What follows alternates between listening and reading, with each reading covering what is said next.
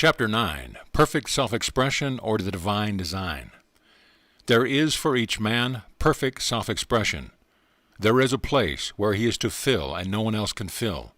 Something which he is to do, which no one else can do. It is his destiny.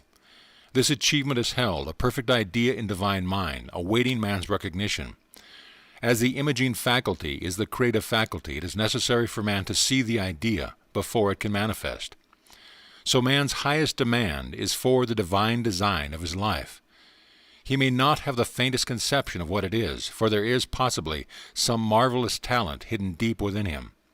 His demand should be, Infinite Spirit, open the way for the divine design of my life to manifest. Let the genius within me now be released. Let me see clearly the perfect plan. The perfect plan includes health, wealth, love, and perfect self-expression. This is the square of life which brings perfect happiness. When no one has made this demand, he may find great changes taking place in his life. For nearly every man has wandered far from the divine design.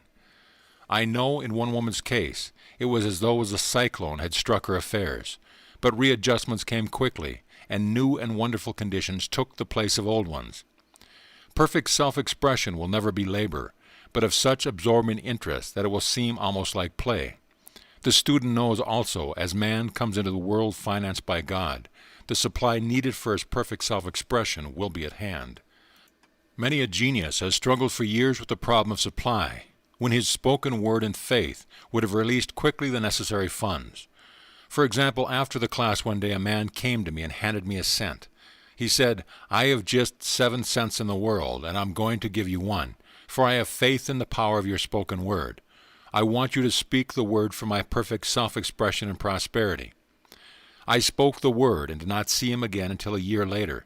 He came in one day successful and happy, with a roll of yellow bills in his pocket. He said, "Immediately after you spoke the word, I had a position offered me in a distant city, and am now demonstrating health, happiness, and supply." A woman's perfect self-expression may be in becoming a perfect wife, a perfect mother, a perfect homemaker, and not necessarily in having a public career. Demand definite leads, and the way will be made easy and successful. One should not visualize or force a mental picture. When he demands the divine design to come into his conscious mind, he will receive flashes of inspiration and begin to see himself making some great accomplishment. This is the picture or idea he must hold without wavering. The thing man seeks is seeking him. The telephone was seeking Bell. Parents should never force careers and professions upon their children. With a knowledge of spiritual truth, the divine plan could be spoken for early in childhood or prenatally. A prenatal treatment should be, let the God in this child have perfect expression. Let the divine design of his mind, body, and affairs be made manifest throughout his life, throughout eternity. God's will be done, not man's. God's pattern, not man's pattern, is the command we find running through all the Scriptures, and the Bible is a book dealing with the science of the mind. It is a book telling man how to release his soul or subconscious mind from bondage. The battles described are pictures of man waging war against mortal thoughts. A man's foes shall be on they of his own household. Every man is a Josaphat, and every man is David who slays Goliath, mortal thinking, with a little white stone of faith. So man must be careful that his is not the wicked and slothful servant who buried his talent. There is a terrible penalty to be paid for not using one's ability. Often fear stands between man and his perfect self-expression. Stage fright has hampered many a genius. This may be overcome by the spoken word or treatment. The individual then loses all self-consciousness and feels simply that he is a channel for infinite intelligence to express itself through. He is under direct inspiration, fearless and confident, for he feels that it is the Father within him who does the work. A young boy came often to my class with his mother. He asked me to speak the word for his coming examinations at school. I told him to make the statement, "I am one with infinite intelligence. I know everything I should know on this subject." He had an excellent knowledge of history, but was not sure of his arithmetic. I saw him afterwards, and he said, "I spoke the words for my arithmetic and passed with the highest honors, but thought I should depend on myself for history and got a very poor mark." Man often receives a setback when he is too sure of himself, which means he is trusting to his personality and not the Father within. Another one of my students gave me an example of this. She took an extended trip abroad one summer, visiting many countries where she was ignorant of the languages. She was calling for guidance and protection every minute, and her affairs went smoothly and miraculously. Her luggage was never delayed nor lost. Accommodations were always ready for her at the best hotels, and she had perfect service wherever she went. She returned to New York, knowing the language. She felt God was no longer necessary. She looked after her affairs in an ordinary manner. Everything went wrong, her trunks delayed, amid inharmony and confusion. The student must form the habit of practicing the presence of God every minute, in all the way acknowledging Him. Nothing is too small or too great. Sometimes an insignificant incident may be the turning point in man's life. Robert Fulton, watching some boiling water simmering in a tea kettle, saw a steamboat. I have seen a student often keep back his demonstration through resistance or pointing the way. He pins his faith to one channel only and dictates just the way he desires the manifestation to come, which brings things to a standstill. My way, not your way, is the command of the infinite intelligence. Like all power, be it steam or electricity, it must have a non-resistant engine or instrument to work through, and man is that instrument or engine.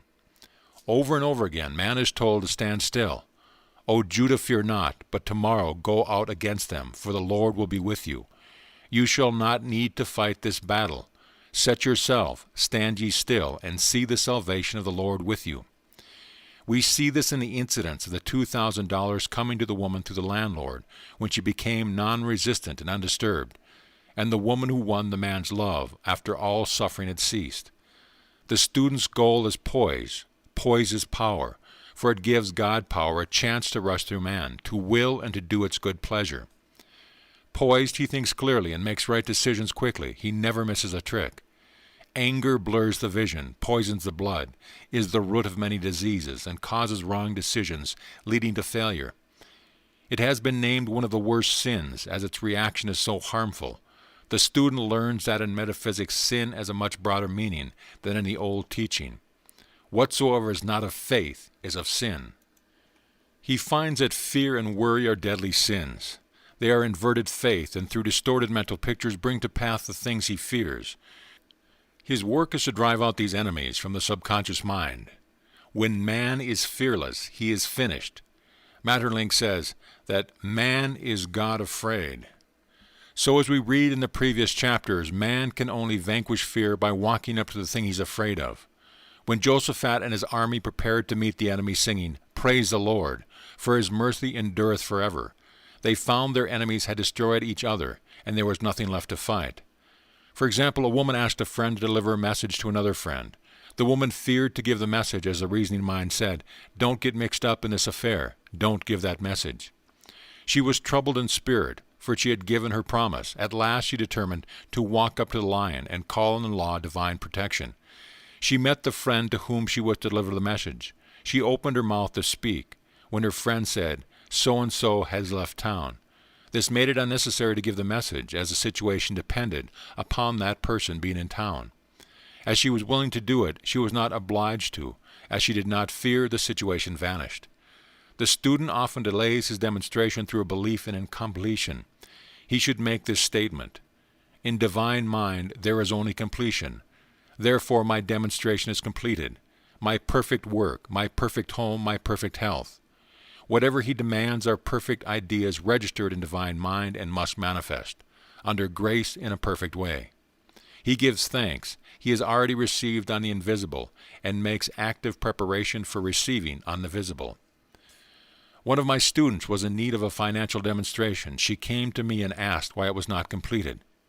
I replied, "Perhaps you are in the habit of leaving things unfinished, and the subconscious has gotten into the habit of not completing.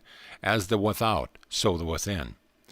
I'll go home and finish something I commenced weeks ago, and I know it will be a symbolic of my demonstration." She sewed assiduously, and the article was soon completed. Shortly after, the money came in the most curious manner. Her husband was paid his salary twice that month. He told the people of the mistake, and they sent word to keep it. When man asks, believing, he must receive, for God creates his own channels. I have been sometimes asked, suppose one has several talents, how is he to know which one to choose? Demand to be shown definitely. Say, Infinite Spirit, give me a definite lead. Reveal to me my perfect self-expression. Show me which talent I am to make use of now. I have known people to suddenly enter a new line of work and be fully equipped with little or no training. So make the statement, I am fully equipped for the divine plan of my life, and be fearless in grasping opportunities. Some people are cheerful givers, but bad receivers. They refuse gifts through pride or some negative reason, thereby blocking their channels, and invariably find themselves eventually with little or nothing. For example, a woman who had given away a great deal of money had a gift offered her of several $1,000s. She refused to take it, saying she did not need it. Shortly after that, her finances were tied up, and she found herself in debt for that amount. Man should receive gracefully the bread returning to him upon the water. Freely ye have given, freely ye shall receive. There is always the perfect balance of giving and receiving, and though man should give without thinking of return, he violates law if he does not accept the returns which come to him.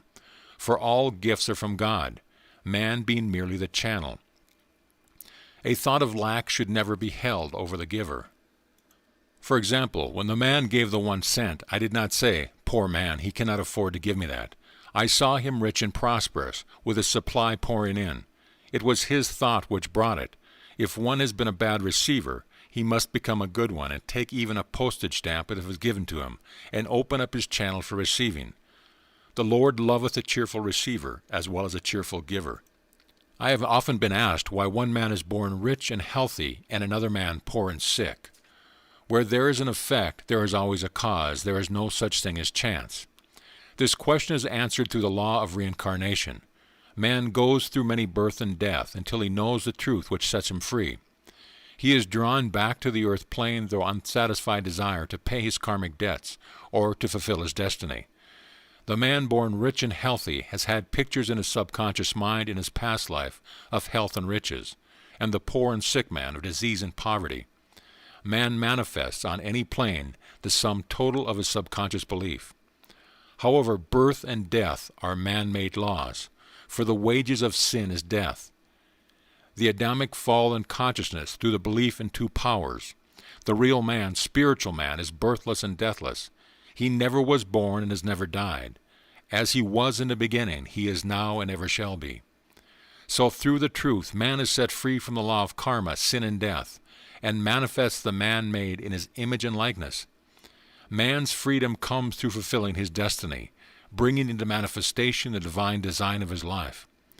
His Lord will say unto him, "Well done, thou good and faithful servant. Thou hast been faithful over a few things. I will make thee ruler over many things. Enter thou into the joy of thy Lord, eternal life." End of chapter.